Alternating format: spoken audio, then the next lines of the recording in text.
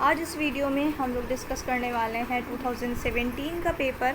और यहाँ पे हम लोग सोशियोलॉजी, साइकोलॉजी और पॉलिटिकल साइंस का जो पेपर होता था पहले 5 कोर्सेज़ के लिए एक ही एग्ज़ाम होता था, और यहाँ पे हम लोग वही क्वेश्चन पेपर डिस्कस कर रहे हैं। तो यहाँ पे हमारे पास है सेट ए। चैनल को आप लोगों ने अब तक सब्सक्राइब नहीं किया है तो चैनल को सब्सक्राइब कर दें, वीडियो अच्छी लगे तो वीडियो को लाइक कर दें। यहाँ पे जो फर्स्ट सेक्शन है वो है इंग्लिश का, और इंग्लिश की जो है वो 20 मार्क्स की जो है इंग्लिश आती है।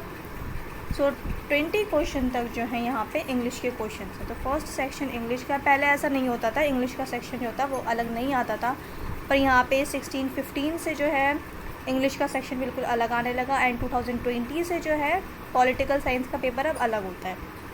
तो यहाँ पे जो है फर्स्ट क्वेश्चन है हमारे पास, the little child was so excited that he could not dash the burning candle. So यहाँ पे जो राइट आंसर होगा वो होगा थ्रोन।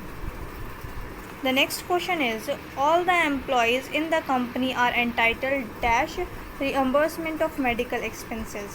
इसका जो राइट आंसर होगा वो होगा 2. All the employees in the company are entitled to reimbursement of medical expenses.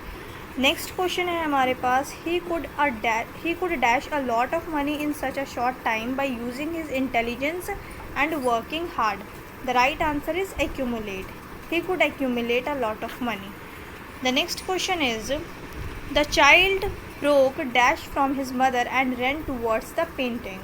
The right answer is away. The child broke away. There is no doubt that one has to keep dash with the changing times.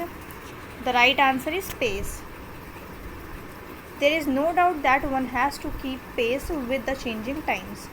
They wanted to dash all these books but they could not find dash time to do so. तो यहाँ पे जो right answer है वो होगा B.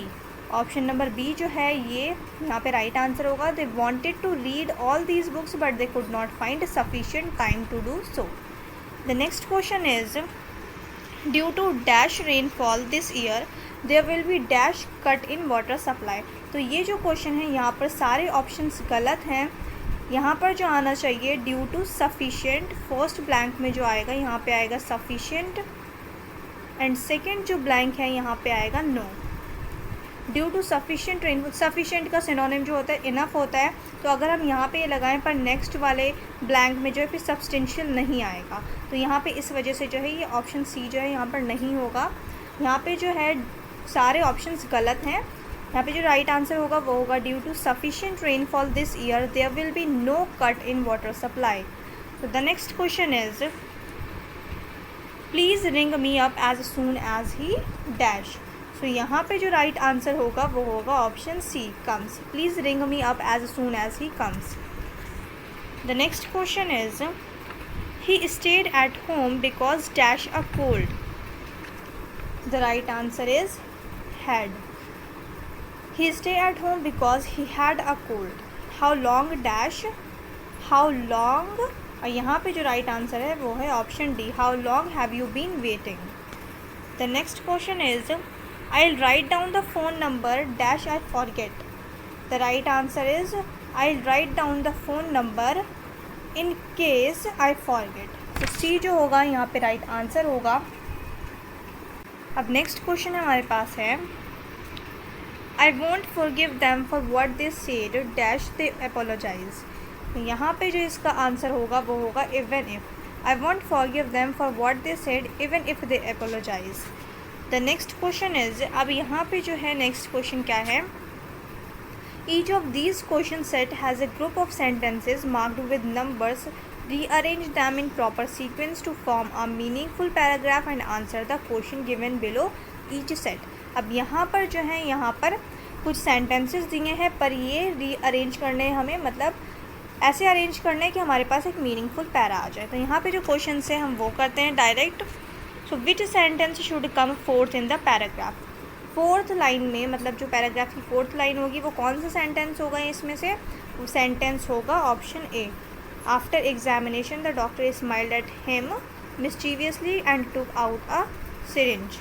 तो ये जो है ऑप्शन ए, यानी कि जो फर्स्ट नंबर का जो सेंटेंस है ये कब आएगा पैराग्राफ में, फोर्थ लाइन में। The next question is, which sentence should come last in the paragraph. और लास्ट जो पैराग्राफ में जो लास्ट लाइन होगी वो कौन सी होगी? सो यहाँ पे जो है ऑप्शन डी यानी कि 4th नंबर का जो सेंटेंस है वो क्या होगा, पैराग्राफ में लास्ट में आएगा। The next question, which sentence should come first in the paragraph? And सबसे पहले जो सेंटेंस आएगा पैराग्राफ में वो कौन सा आएगा? जो 3rd नंबर पे सेंटेंस है वो पैराग्राफ में सबसे पहले आएगा। तो यहाँ पे ऑप्शन सी जो है वो राइट आंसर होगा। The next question is which sentence should come 3rd in the paragraph? अब पैराग्राफ में 3rd लाइन में जो पैराग्राफ की 3rd लाइन होगी वो कौन सा सेंटेंस होगा? सो वो जो सेंटेंस है वो है सेंटेंस नंबर 2 यानी कि ऑप्शन बी जो है वो यहाँ पर राइट आंसर होगा। The next question is which sentence should come 2nd in the paragraph? अब पैराग्राफ की जो 2nd लाइन होगी वो कौन सा सेंटेंस होगा? वो होगा जो 5th सेंटेंस था यानी कि जो लास्ट सेंटेंस था ऊपर जो रीअरेंज करना था वो क्या आएगा? वो 2nd नंबर पे आएगा। पैराग्राफ में जो 2nd लाइन होगी वो 5th सेंटेंस जो है वो होगा। अब नेक्स्ट क्वेश्चन है यहाँ पे, the government is planning to set dash family welfare centres for slums in cities. तो यहाँ पे राइट आंसर क्या होगा हमारे पास? Option D, the government is planning to set up family welfare centres for slums in cities. The next question is eve business activity dash employment to people who would otherwise be unemployed. So the right answer is provides. Eve business activity provides employment to people who would otherwise be unemployed. The next question is, यहाँ पे जो ये हमारा question है ये last question है English के section का। Economic independence and education have dash women more assertive. The right answer is made. Economic independence and education have made women more assertive. तो ये जो था ये हमारा इंग्लिश का सेक्शन था। अब नेक्स्ट क्वेश्चन है हमारे पास। अच्छा, यहाँ पे जो हम लोग क्वेश्चंस डिस्कस कर रहे हैं ये 17 का पेपर है और जो टोटल क्वेश्चंस होते हैं आपको पता है कि 100 मार्क्स के होते हैं और ये क्वेश्चन पेपर हम 2 पार्ट्स में डिवाइड करके सॉल्व करेंगे। पार्ट ए में यानी कि इस पार्ट में हम 50 क्वेश्चंस डिस्कस करेंगे एंड सेकेंड पार्ट में हम लोग 50 क्वेश्चंस डिस्कस करेंगे। अब यहाँ पे जो है सेक्शन नंबर 2 जो है यहाँ पे किसका है? जनरल अवेयरनेस का पेपर है। तो यहाँ पे फर्स्ट क्वेश्चन यानी कि 21st क्वेश्चन जो है ये क्या है? Communist believe in state ownership of all means of production. So यहाँ पे जो बी है वो राइट आंसर होगा। The next question is who was the head of the drafting committee of the constitution? Constitution जो हमारा बना है तो कॉन्स्टिट्यूशन की जो कमेटी थी ड्राफ्टिंग कमेटी उसके जो हेड थे वो कौन थे? वो थे BR Ambedkar, doctor Bhimrao Ambedkar. Option D is the right answer. The next question is, the Constitution is declared to have been adopted and enacted by the people of India. The Constitution is declared to have been adopted and enacted by the people of India. The next question is, which was the capital of Andhra State when it was made a separate state in the year 1953? So the right answer is Kurnool जो है यहाँ पे right answer होगा। यहाँ पे एक और question बन जाता है इसी क्वेश्चन से कि पूछ लेते हैं कि आंध्र प्रदेश जो है एक सेपरेट स्टेट कब बना था, किस ईयर में बना था? सो 1953 में एक अलग स्टेट बना था आंध्र प्रदेश 1953 में। और जब 1953 में आंध्र प्रदेश स्टेट बना था उस वक्त जो आंध्र प्रदेश की कैपिटल थी वो थी Kurnool. The next question is, the constitution of India recognises religious, linguistic and ethnic minorities. Religious minorities भी हैं इंडिया में, लिंग्विस्टिक माइनॉरिटीज़ भी हैं एंड एथनिक माइनॉरिटीज़ भी हैं इंडिया में। So the constitution of India recognises religious, linguistic and ethnic minorities. The next question is, the fundamental rights have the sanction of. The fundamental rights have the sanction. The right answer is the Constitution. The fundamental rights have the sanction of the Constitution. The next question is,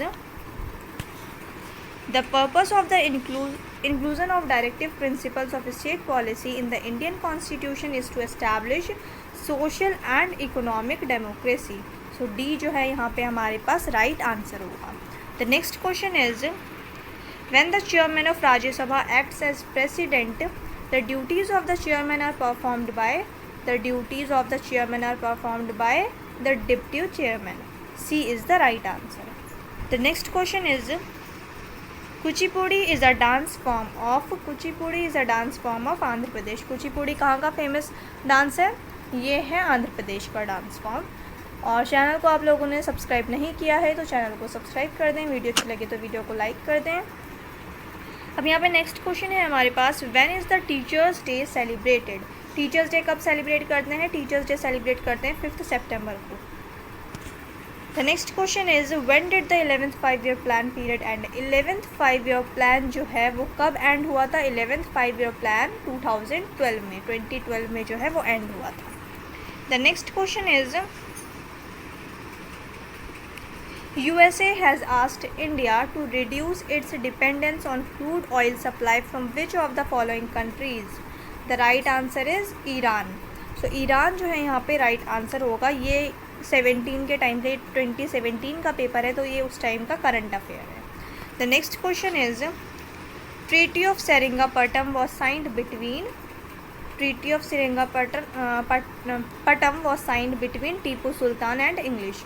so B जो है यहाँ पे हमारे पास right answer होगा। Kolar gold mines are in this state. कहाँ है Kolar gold mines? Kolar gold mines है कर्नाटका में। A is the right answer. The next question is, the term white elephant is used to denote. The right answer is an item or a head that is very costly to maintain. C is the right answer. The next question is, the term butterfly stroke is associated with swimming. D जो है option D is the right answer. India is a secular state. Option A is the right answer.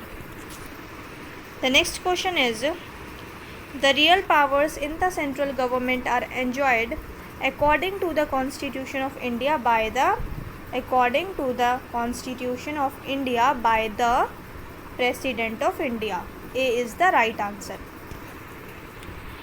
Indian Institute of Advanced Studies is located at.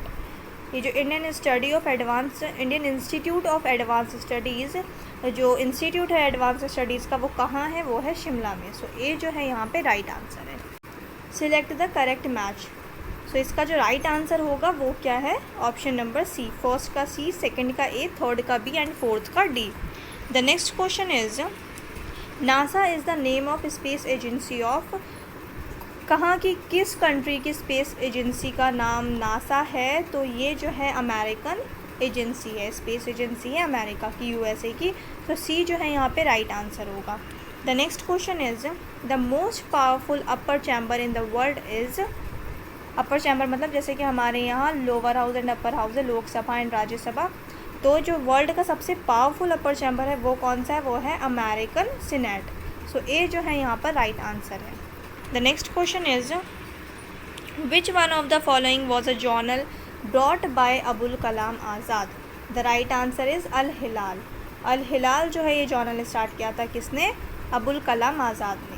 The next question is, national defence academy is situated at. National defence academy कहाँ है? National defence academy है पुणे में।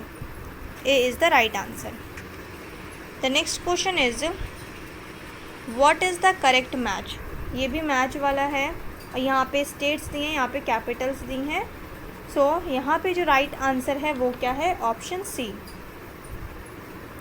Option सी जो है वो right answer है। First का जी। UAE की कैपिटल क्या है? Abu Dhabi.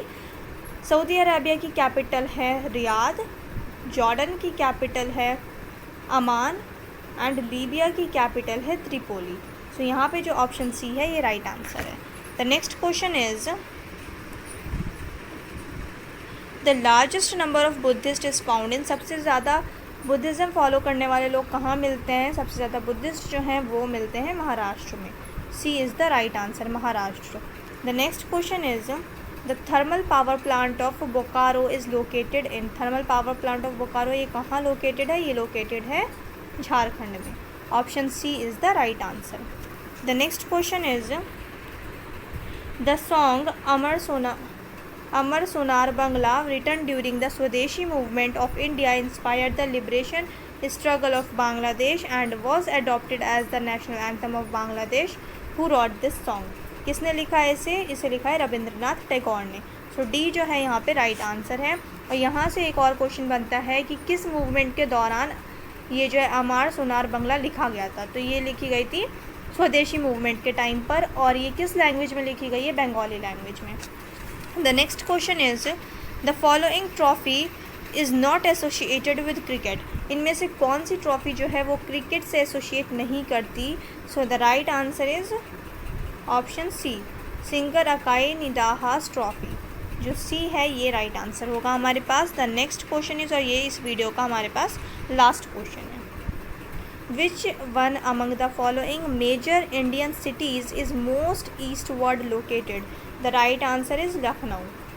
सो सबसे मैप के अकॉर्डिंग जो यहाँ पे ऑप्शन में हमारे पास है, तो लखनऊ जो है वो सबसे ईस्ट में है। सो सी जो होगा यहाँ पे राइट आंसर होगा। इस वीडियो में हमने 50 क्वेश्चंस डिस्कस किए हैं एंड नेक्स्ट वीडियो में हम आगे के 50 क्वेश्चंस डिस्कस करेंगे।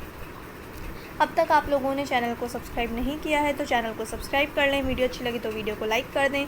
अब मिलते हैं नेक्स्ट वीडियो में।